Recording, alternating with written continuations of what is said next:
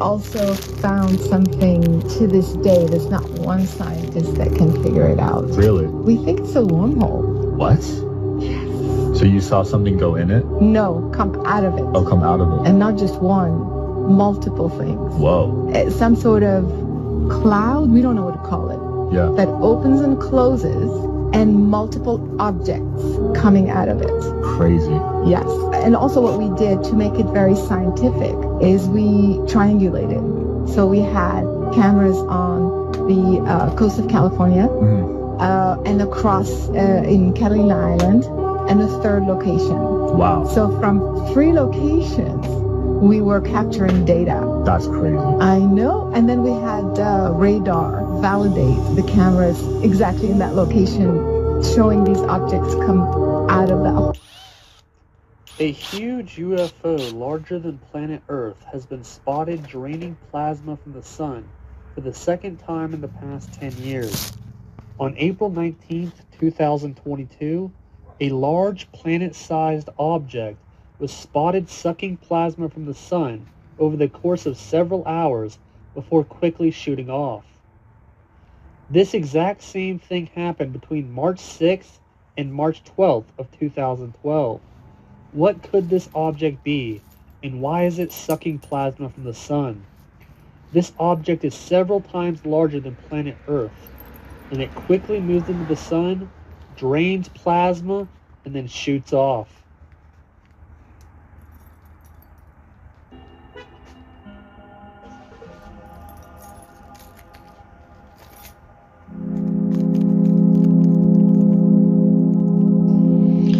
This is Proverbs 15:3. The eyes of Yahweh are in every place, beholding the evil and the good. Kahala Yahweh B'Shem Yashai, B'Shem Rakakodash. Double honors my teachers, the apostles and elders of Great Millstone. Peace and mercy to the elect. And Shalom to the 130 Yashaya-La, who today are known as the Negroes, Latinos, and Native Americans, who before losing our true heritage, we were known as, and still are, the true Hebrew Israelites of the Holy Bible. Shalom. Today's lesson we're going to talk about the chariots of the Most High, and just go into the 2 videos that we watched. Right, as we read here, there's always been a notion that the Lord sees everything that goes on, and in this case here, it pretty much explains how this happens, okay? Not that the Most High Father, Yahweh, has floating eyeballs, but instead, he has an army of angels who basically come in and out of our dimension and fly around the world to basically keep tabs on what's going on, okay? With all the UFO sightings that have been predominantly here in the United States, or as it's referred to in the Bible, Babylon the Great, they're here because the biblical Israelites, the Negro, Latino, Native Americans, we are centered here in Babylon the Great, right? Our collective history has drawn us to this side of the earth, and that's the Lord's will. And why is that? Well, because, again, he scattered us throughout all the world, but he's predominantly kept us together, and hence this is why you see the Negro, Latino, Native Americans living together, dwelling in the same areas, and ultimately on the same side of the world, predominantly. Yes, you'll have Israelites in different nations, and that ultimately will mix in with these other nations, but again, as a whole, you'll find us here on the Western Hemisphere, in Babylon the Great. Now, that being said, just as there's many so-called UFO sightings in modern times, there were many UFO sightings in ancient times, but they didn't refer to them as unidentified flying objects, right? Or unmanned aerial vehicles. They used to refer to them as chariots of heaven, the eyes of God, the iron mountains, and the wings of heaven, okay? Or flaming chariots, that's another term. And there's so many different terms that the Bible uses for them, but you're not going to find UFOs, okay? And the reason why this notion has been always mocked in these churches, or whenever you bring it up to politicians, the reason why they used to scoff at it until the last couple of years is because this is the truth. This is the truth of the Bible, that the beings that we were referred to as angels, right, and God himself, this is how they get around here on earth, okay? And they come in and out of our reality. As the lady mentioned in the first video, right, that Esau, right, and that they've detected some weird anomaly out in space, which basically looks like a wormhole, as she says. Okay, and there's even proof there that they provided showing how these little specks just show up. Okay, now those are ultimately, again, the chariots. Those are the angels coming in and out of our reality and back and forth seeing the Lord. And here's an account of when something similar to that happened, but here on earth, right? This is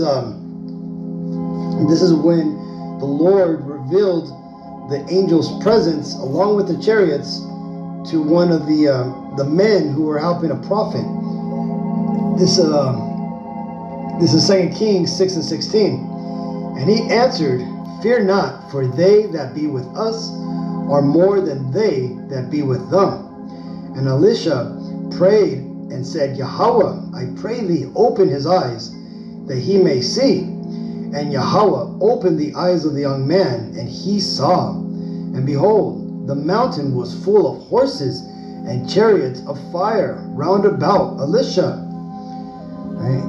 And this is what he saw. Okay?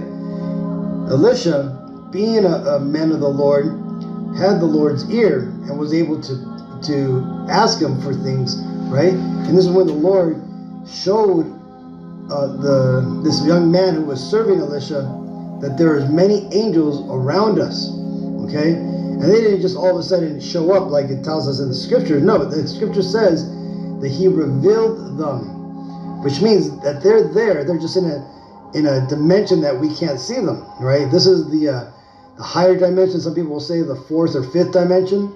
But just like in all these scary movie or ghost movies, they always show how these entities are in a realm right next to us that we just can't see them, right? Kind of like a shadow realm.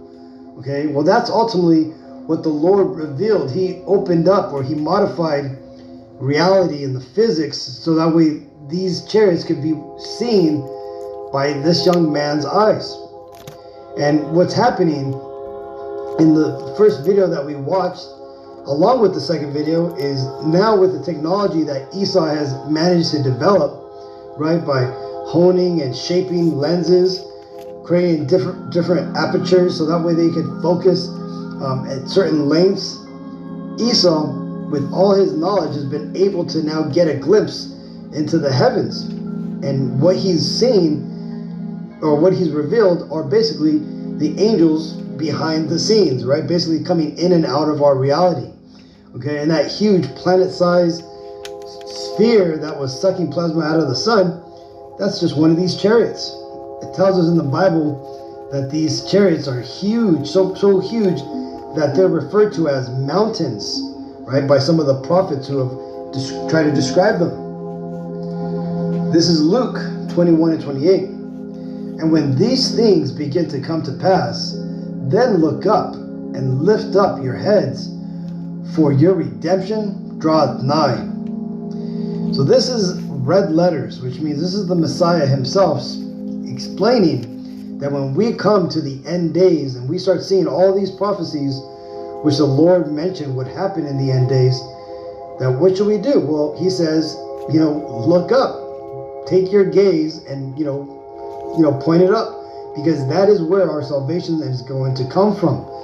And what the Lord meant by this is what the angels told the apostles in Acts, right? After the apostles had seen the Messiah, Yahweh-Shai, right, go up into the chariots, right? It says he went up into the clouds and then he departed, right? Well, that was Yahweh-Shai being taken up into these so-called UFOs, okay, being taken to go see the Father, just like it tells us in Daniel's I think it's like 9-7, where the Son of Man was brought to the Ancient of Days.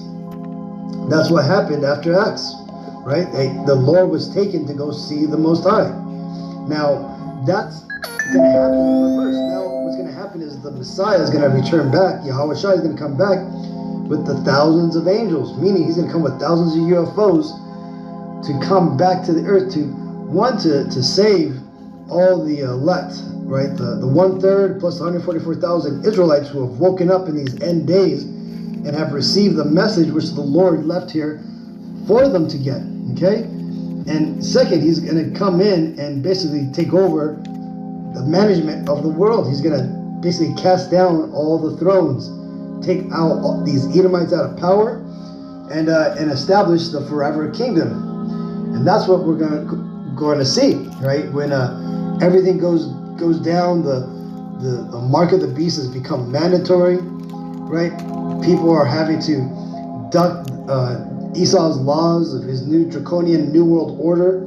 World War III is going to be in full effect, right? Well, that's when the chariots, right, the eyes of heaven, right, the eyes of the Lord, right, are going to show up. And they're going to be like this image, right? They're going to be the chariots of fire, right? They're going to be these immense vehicles bringing down judgment and also bringing down salvation for the Israelites. This is Revelations 11 and 12.